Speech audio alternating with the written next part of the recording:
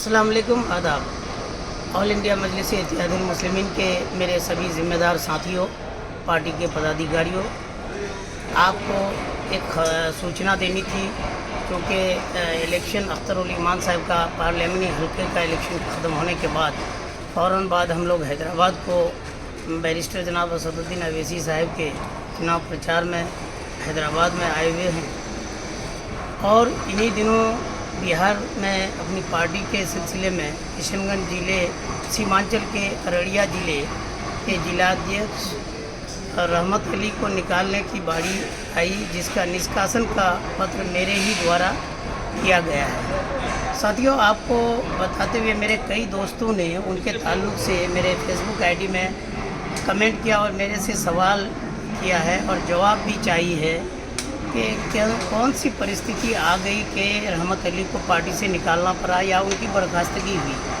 हम आपको बता देना चाहते हैं कि रहमत अली की बर्खास्तगी किसी इश्तियाक के चाहने से नहीं हुई है। आप देखेंगे कि अररिया ज़िला में जो लोकसभा का चुनाव अभी है, इस इलेक्शन में पार्टी ने किसी को अपना समर्थन नहीं दिया है।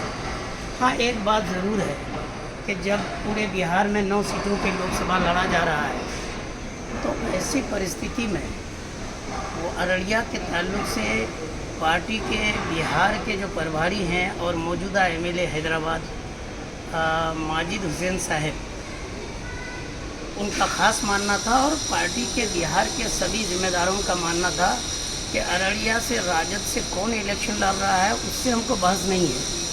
इस बात की ज़रूर हमें गहन छानबीन करनी है और इस बात की फिक्र करनी है कि वो सीट केवल और केवल मरहूम तस्लीमुद्दीन साहब की निशानी है, क्योंकि आप देखेंगे कि तस्लीमुद्दीन साहब मरहूम के इंतकाल 2018 को हुए और उपचुनाव हुए वहाँ पे, तो अख्तरुल ईमान साहब अपना काफ़िला लेके अररिया में कैंप करके सरफराज साहब को जिताने का काम 2018 में किए थे और 2019 में भी वहाँ चुनाव हुआ। 2020 में जब पूरे बिहार में चुनाव लड़ने की बारी आई तो अख्तरुल ईमान साहब और माजिद हुसैन साहब एमएलए जो बिहार के प्रभारी हैं, उन्होंने ख़ास तौर पर फैसला लिया कि अररिया में वो सीट तस्लीमुद्दीन साहब का सीट है, मरहूम तस्लीमुद्दीन साहब के सीट में हमको उनके ख़िलाफ़ में या उनका जो भी उम्मीदवार है उनके विरोध में वहाँ उम्मीदवारी नहीं देनी है। तो सवाल ये बनता है कि पार्टियों में व्यक्ति बड़ा नहीं होता मेरे भाई, पार्टी बड़ी होती है।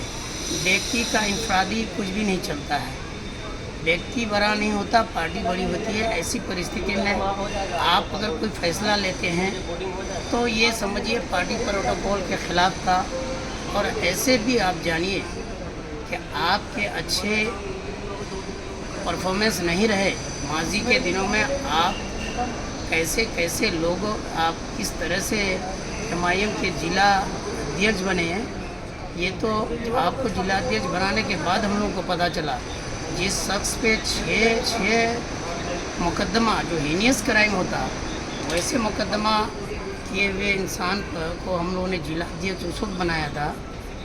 कुछ गलतफहमी में पड़ के कुछ गलत लोगों के मशवरे से हो गया था, लेकिन जब आपकी बात उस वक्त खुल के आई जब आप तेल चोरी में जेल को गए, उस वक्त भी हम लोगों ने आपके लिए मामला विचाराधीन रखा। लेकिन रहमत अली, आप एक बात जानो कि आपने आदिल हसन साहब और मेरे पे जो इल्ज़ाम लगाया ना, ये आपकी हैसियत नहीं है कि ये इल्ज़ाम हम पे लगाए। आप जिस बाप और जिस अपने दूल्हे भाई के इशारे पे पार्टी के लीडरों पे हमला कर हो, पार्टी के लीडरों को बदनाम करने की कोशिश करे हो, तुम अपने बाप को भी कह देना कि इश्तियाक और आदिल हसन तुम्हारे रहम करम या तुम्हारे बाप के रहम करम पे पार्टी में नहीं है। तुमको निष्कासन का फैसला पार्टी के वरीय अधिकारियों ने लिया है, जिसके आलोक में हमने चिट्ठी निकाला है और मुहर मारा है। जो आदमी नेपाल से तस्करी करता हो, जो आदमी डीजल चोरी करता हो, जो आदमी अपना धर्म परिवर्तन अररिया के जिला कलेक्टर को चिट्ठी लिख करके अपना धर्म परिवर्तन करता हो, ऐसे लोगों को से मुंह लगाना मजलिस के लोगों की मजलिस के लोग कभी नहीं चाह सकते। हम इस वीडियो के माध्यम से तुमको बताना चाहते हैं कि मजलिस तुम्हारे जैसे गंदे लोगों से नहीं चलती है। मजलिस अख्तरुल ईमान साहब के खून पसीने से और बैरिस्टर साहब के बेदाग चेहरे से चलती है। मजलिस आदिल हसन आज़ाद जैसे एडवोकेट आदिल हसन आज़ाद, इंजीनियर आफ्ताब साहब और दीगर कई ऐसे लोग हैं जो पसे पर्दा मजलिस के लिए काम कर रहे हैं। उन सब लोगों की कुर्बानियों से मजलिस चलती है।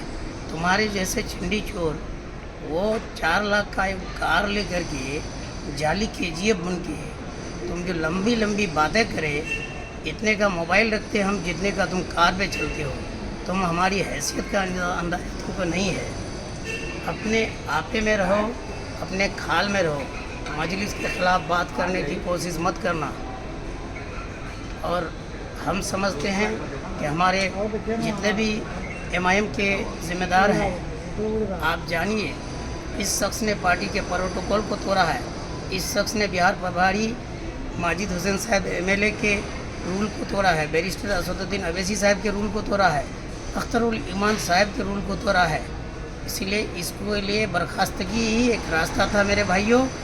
ऐसे आदमी के लिए किसी तरह के रोने की ज़रूरत नहीं है और ऐसे लोगों को किसी तरह का प्रोत्साहन देने की ज़रूरत भी नहीं है। बहुत बहुत शुक्रिया। अस्सलाम वालेकुम।